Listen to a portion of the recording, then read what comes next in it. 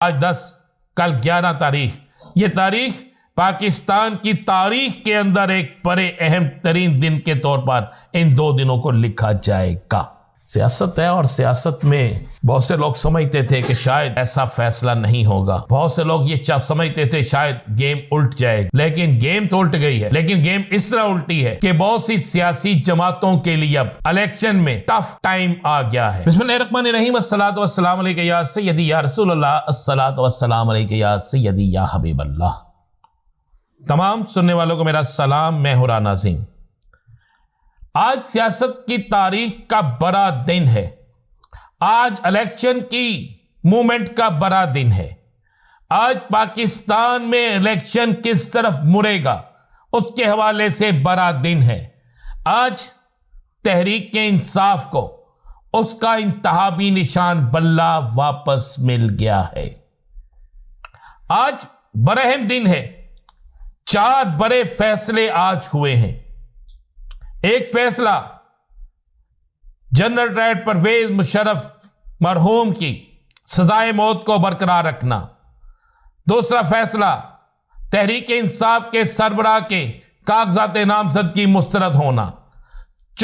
इसके बाद तीसरा फैसला जो है, अगर वो देखा जाए तो यास्मीन राशिद बामुकाबला नवाज शरीफ। और सबसे बड़ा फैसला बल्ले का इंतहाबी निशान।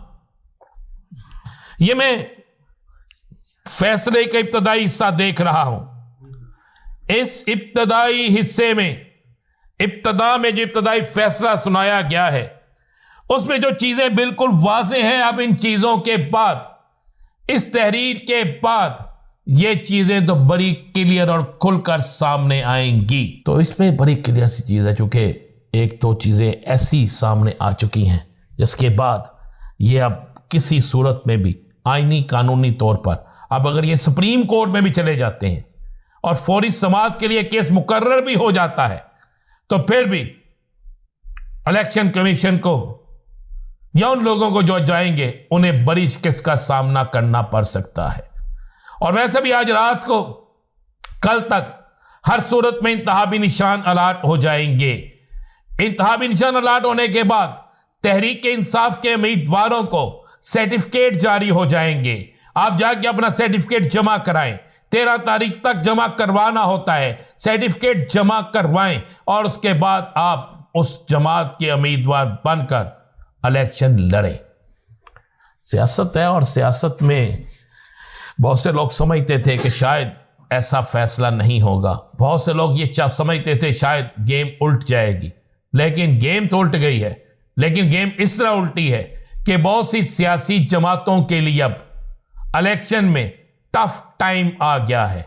अब वो एक इंतहाबी निशान जो तहरीक इंसाफ का है, उसका बहाल होना, तहरीक इंसाफ को मिलना, इस बात की वाज़े तौर पर इशारा है इस बात का, और इस बात की वाज़े तौर पर गारंटी है कि आने वाले दिन में जो इलेक्शन होंगे, एक तो इलेक्शन बाद सवाल या निशान खत्म हो जाएगा। दूसरे वो इंतखाबात में वाज़े तौर पर बहुत से लोग जो हैं अब शिकायत नहीं करेंगे। तो इसमें बड़ी क्लियर सी चीज है, चूंकि 1-2 चीजें ऐसी सामने आ चुकी हैं जिसके बाद ये अब किसी सूरत में भी आईनी कानूनी तौर पर, अब अगर ये सुप्रीम कोर्ट में भी चले जाते हैं और फौरी समाअत के लिए केस मुकर्रर भी हो जाता है, तो फिर भी इलेक्शन कमीशन को या उन लोगों को जो जाएंगे उन्हें बड़ी शिकस्त का सामना करना पड़ सकता है। और वैसे भी आज रात को, कल तक हर सूरत में इंतहाबी निशान अलर्ट हो जाएंगे। पीटीआई के इंतहाबी निशान के हवाले से कभी उम्मीद तो यही थी जो हो रहा था, इसलिए सुप्रीम कोर्ट से आज अपने केस को विड्रॉ भी करा लिया गया। उसके बाद आज एक और बड़ी खबर है, ये तो खबर अब हर जगह फैल गई तहरीक इंसाफ के इंतहाबी निशान की। आज जस्टिस मुज़ाहिर अली नकवी साहब ने भी इस्तीफा दे दिया है। सदर पाकिस्तान को अपना इस्तीफा जो है वो लिखकर बेच दिया है। ये सारी चीजें होती जा रही हैं। लगता है कि जैसे 10 और 11 तारीख, यानी आज 10 कल 11 तारीख, ये तारीख पाकिस्तान की तारीख के अंदर एक बड़े अहम तरीन दिन के तौर पर इन 2 दिनों को लिखा जाएगा। देखिए, election commission party certificate act 2017 की शिक 209 के तहत शाया करे, यह भी अदालत ने आज कहा है। अगर इस शिक को देखा जाता है, इस अदालत के अहकामात को देखा जाता है जो मेरे सामने है, तो फिर वाज़ेह तौर पे है कि आप नहीं रख सकते। वाज़ेह तौर पे है कि आप किसी सूरत में भी किसी पार्टी को उसके निशान से महरूम नहीं कर सकते। याद करें, इसी जगह पर बाकायदा इलेक्शन कमीशन के अपने वकील ने यह बात कही थी कि तहरीक इंसाफ फाल जमात है, उसका निशान खत्म किया गया है, जमात मौजूद है, और जब जमात मौजूद होती है तो उसका निशान खत्म नहीं होता। यह एक बड़ी क्लियर और वाज़ेह चीज है। अब आपको मैं अगली खबर की तरफ लेकर चलता हूं।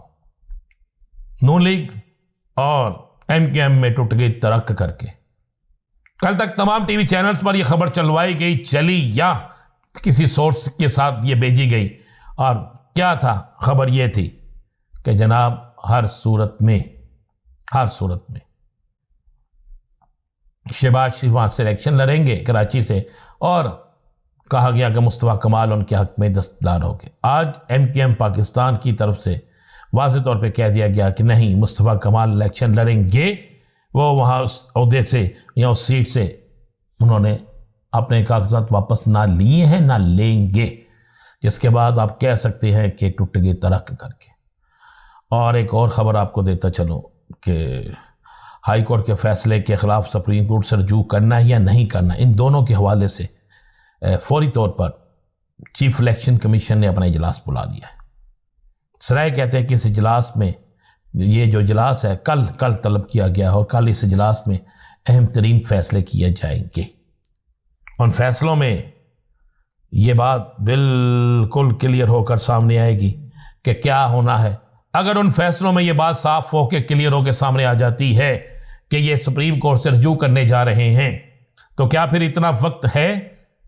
क्या फिर इंतहावी निशान जो अलॉट किए जाने हैं और जो आगे वक्त आ रहा है, क्या इतना वक्त है कि ये सब कुछ किया जा सके? कुछ ज़राए कहते हैं कि जाएंगे, कुछ ज़राए कहते हैं नहीं जाएंगे, लेकिन एक चीज़ तो फाइनल हो चुकी है कि अब इलेक्शन की हंडिया में तमाम मसाले मौजूद हैं, यानी तमाम सियासी जमातें मौजूद हैं। अब कौन जीतता है, कौन हारता है, कौन कहाँ खड़ा है, कौन कहाँ नहीं खड़ा, ये सारा कुछ तो अब 8 फरवरी को ही पता चलेगा।